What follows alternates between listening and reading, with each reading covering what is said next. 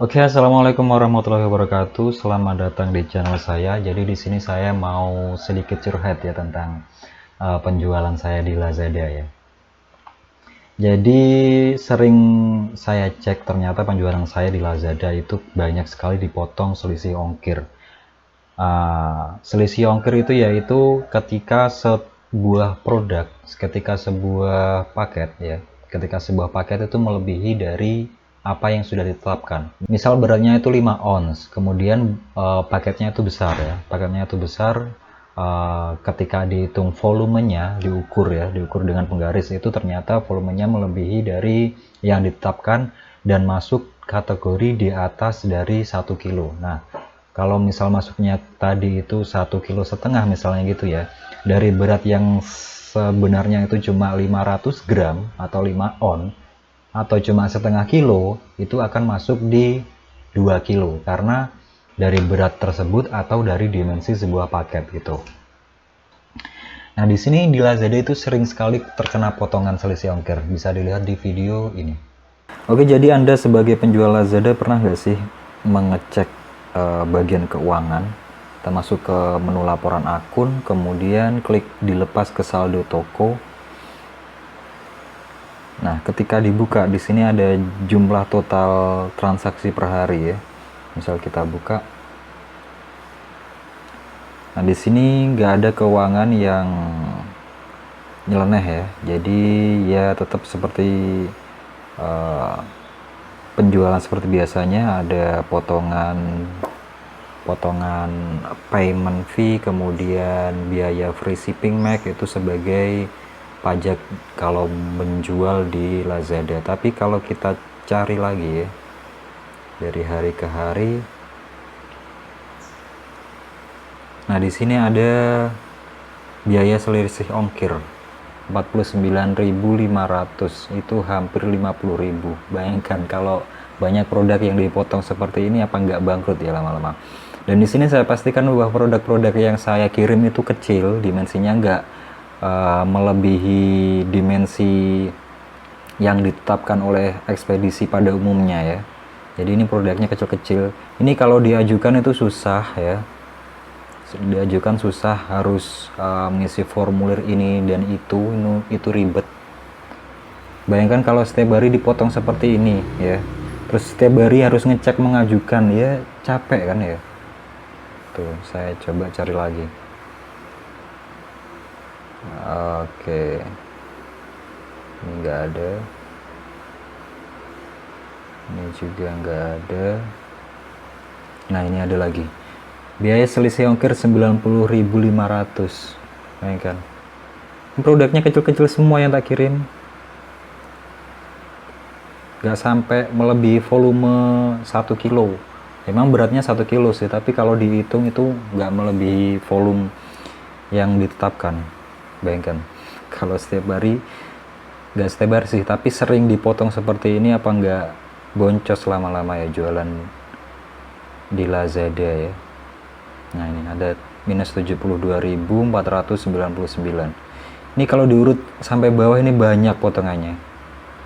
Nah, Anda apakah penjual di Lazada pernah merasakan ini? Kalau ekspedisi lain seperti JNT, Si Cepat, JNE itu kalau melebihi volume itu biasanya saya di WhatsApp atau di telepon bahwa mereka konfirmasi kalau paketnya itu melebihi volume, ini mau dilanjutkan apa tidak.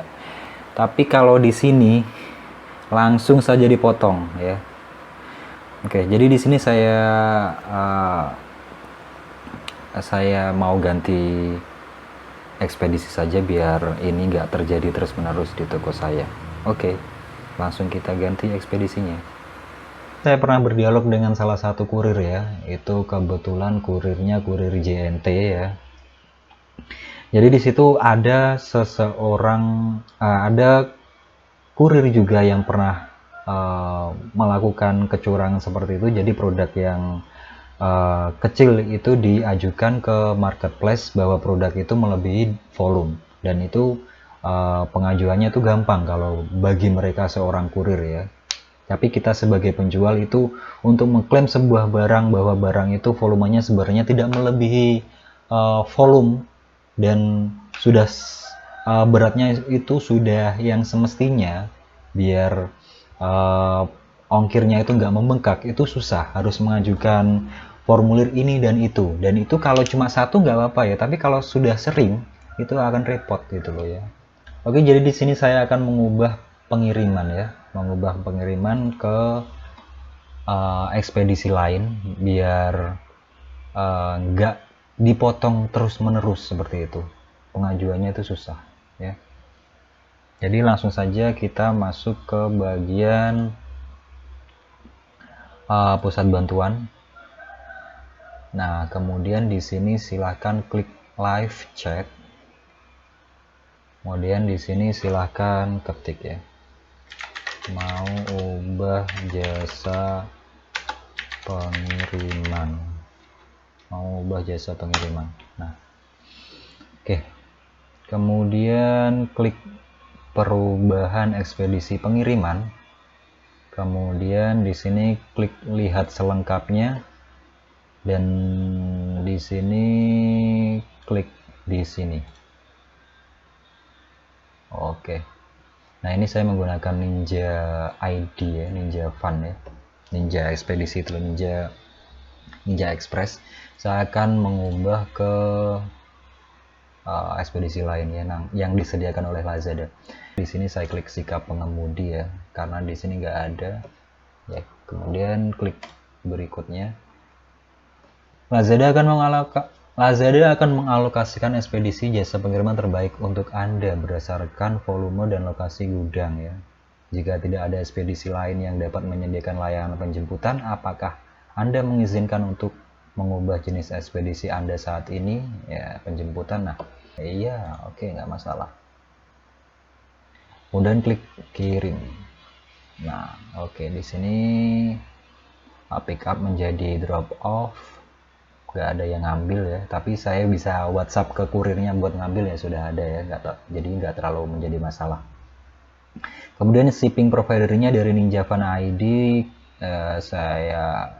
bukan saya yang merubah ya, jadi di sini dari Lazadanya yang akan merubah ke JNE ya. JNE cashless itu JNE yang nggak perlu bayar ke counternya ya. Jadi sudah kita kemas paketnya, kemudian kita tempelkan ini resinya ini,